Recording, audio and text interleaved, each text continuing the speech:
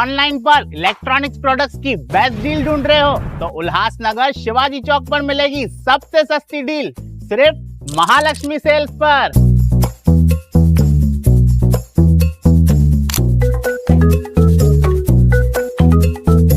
यहाँ पर अवेलेबल है premium TV, washing machine,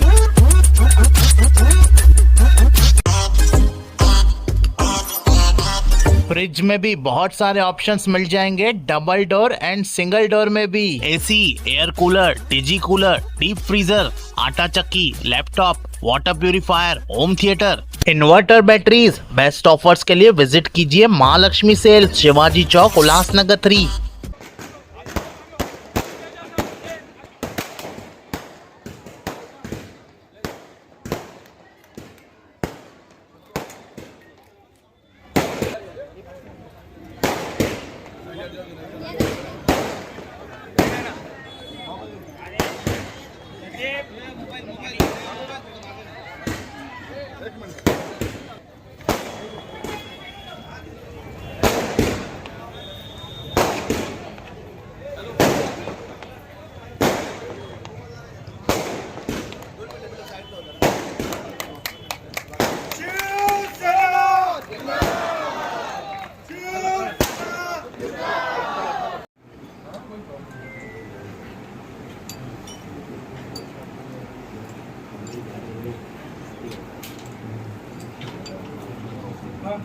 office में आने का ही तुम्हारा आपको अभी 19 में जाता हूँ नहीं अभी 19 में जा रहा हूँ 19 से उधर आता हूँ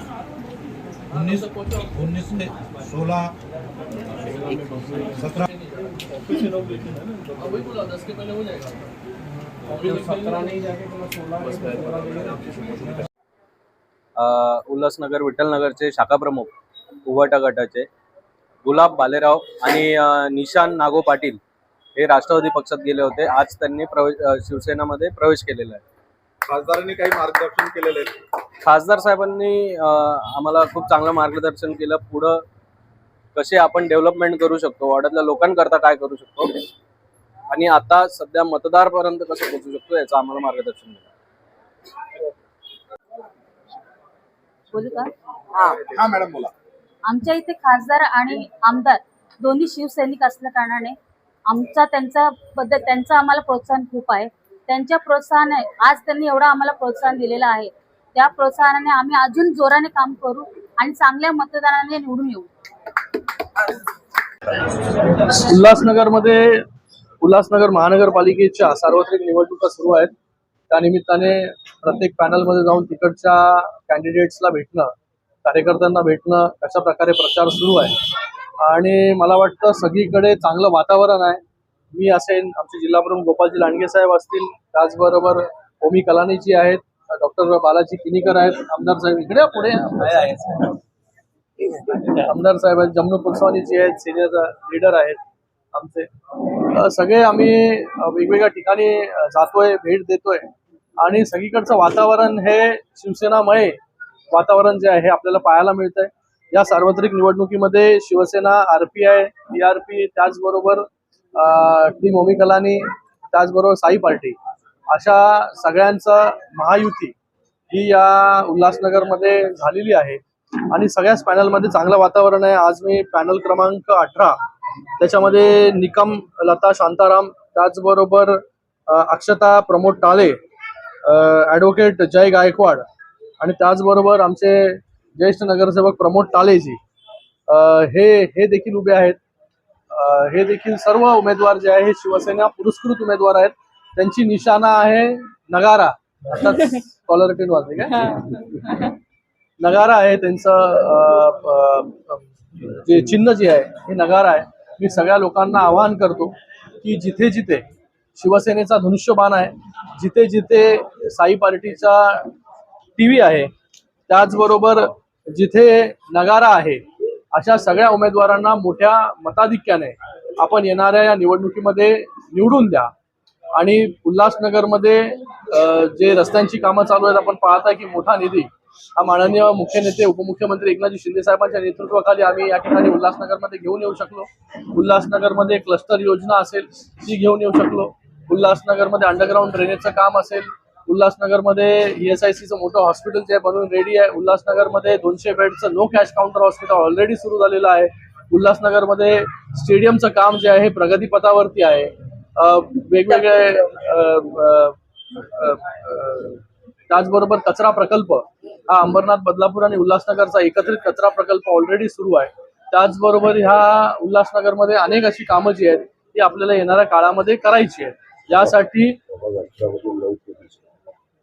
आणि प्रभाग 18 ज्या प्रभागाचा मी उल्लेख केला इथे, तिथे ऑलरेडी 9 कोटीची कामं जी आहेत ही त्या ठिकाणी सँक्शन्ड आहेत, चालू आहेत. तर मी आपल्या सगळ्यांना विनंती करतो, येत्या उल्हासनगरच्या निवडणुकीमध्ये 15 तारखेला मोठ्या मताधिक्याने आपण शिवसेना, RPI, PRP, त्याचबरोबर टीम ओमी कलानी, त्याचबरोबर साई पार्टी ह्या सगळ्या उमेदवारांना जिथे जिथे धनुष्यबाण आहे, जिथे जिथे TV आहे, जिथे जिथे नगारा आहे, पॅनल नंबर 18 मध्येच फक्त जो आहे हा नगारा चिन्ह आहे, त्या सगळ्या लोकांना आपण मोठ्या मताधिक्याने जे आहे हे निवडून द्या, एवढं आपल्या सगळ्यांना आव्हान करतो. साहेब, 2 दिवसापूर्वी माजी आमदार नरेंद्र पवार इकडे आले होते 5 नंबरला आणि त्यांनी असं म्हटले की उल्हासनगर 5 आणि 4 मधून शिवसेनेचा सुपडा साफ करू. यावर तर काय सांगणार? तसं बदलापूर अंबरनाथला पण सुपडा साफ केलेला आहे, तसा आता उल्हासनगरमध्ये पण अरे काही लोकांनी जे आहे हे जरी ते माजी आमदार आहे, युती जी आहे कल्याण डोंबिवलीमध्ये पूर्ण महाराष्ट्रामध्ये युतीच्या नेत्यांनी युतीबद्दल किंवा दुसऱ्या पक्षाबद्दल जेव्हा आपण वक्तव्य करतो हे जिम्मेदारीपूर्वक जे आहे करायला पाहिजे. आम्हाला देखील बोलायला खूप काही आहे, पण युतीमध्ये आम्ही लढतोय कल्याण डोंबिवलीमध्ये, ठाण्यामध्ये, मुंबईमध्ये आणि उल्हासनगरमध्ये युतीमध्ये लढत नाही. काही ठिकाणी जे आहे युतीमध्ये लढतोय, महाराष्ट्रामध्ये काही ठिकाणी लढत नाही. पण सगळ्या वरिष्ठ नेत्यांनी युतीच्या जसं नगर परिषदेमध्ये आपण प्रचार केला की कोणावरही टीका न करता, पहिल्यांदा महाराष्ट्रामध्ये अशी निवडणूक झाली की एकमेकांवरती टीका न करता या निवडणुका ज्या आहे महायुतीने जिंकल्या, जास्तीत जास्त जागा ज्या आहेत त्या महायुतीने जिंकल्या. मला वाटतं ह्या सगळ्या गोष्टी ज्या आहेत त्या वरिष्ठ काय बोलतात आणि आपण काय करतो याचा देखील भान जो आहे हा सगळ्या नेत्यांनी ठेवला पाहिजे. आता विरोध केला, लोकांसाठी घनकचरा प्रकल्प आहे. आता त्यांना लोकांच्या विरोधामध्ये जाऊन जर विरोध करायचा असेल तर तो त्यांचं म्हणणं आहे. घनकचरा प्रकल्प जो आहे हा सुरू आहे. ह्या तिन्ही शहरांना येणाऱ्या काळांमध्ये तिन्ही शहरांना डम्पिंग मुक्त, अंबरनाथ, बदलापूर आणि उल्हासनगर हा खूप मोठा इनिशिएटिव्ह आहे, खूप मोठं काम आहे. महाराष्ट्रामधील पहिला प्रकल्प जो आहे हा अंबरनाथ मध्ये होतोय. तर मला वाटतं पॉलिटिकल गेन म्हणजे पॉलिटिकल उद्देश ठेवून या सगळ्या गोष्टींना विरोध करणं, मला वाटतं पॉलिटिक्स जे आहे बाजूला ठेवलं पाहिजे. आज अंबरनाथ मध्ये, बदलापूरमध्ये जे आहे सत्ता आलेली आहे, त्या ठिकाणी भारतीय जनता पार्टीचे नगराध्यक्ष बसलेले आहेत, त्यांना मी शुभेच्छा देतो. पण मला वाटतं शहरामधले जे मोठे मोठे प्रकल्प चालू आहेत, जे लोकांसाठी प्रकल्प चालू आहेत, जेव्हा हा प्रकल्प सुरू होईल तेव्हा तिन्ही शहरं जी आहेत ही डम्पिंग मुक्त, कधीही जो आहे हा कचरा त्या ठिकाणी डंप होणार नाही. आज लाखो टन कचरा जो आहे हा अंबरनाथ असेल, बदलापूर असेल, उल्हासनगर असेल, मोठे मोठे डोंगर तयार झालेले आहेत. हे डोंगरापासून कचऱ्याच्या आपल्याला मुक्तता पाहिजे असेल तर असे अत्याधुनिक प्रकल्प जे आहे शहरामध्ये झाले पाहिजे. त्याचा इनिशिएटिव्ह कोणी घेतला असेल, त्याच्यामुळे कोणाला राग होत असेल तर मला वाटतं ह्या सगळ्या गोष्टी ज्या आहेत ते राग, द्वेष या सगळ्या गोष्टी बाजूला ठेवून लोकांना काय पाहिजे याचा विचार केला पाहिजे.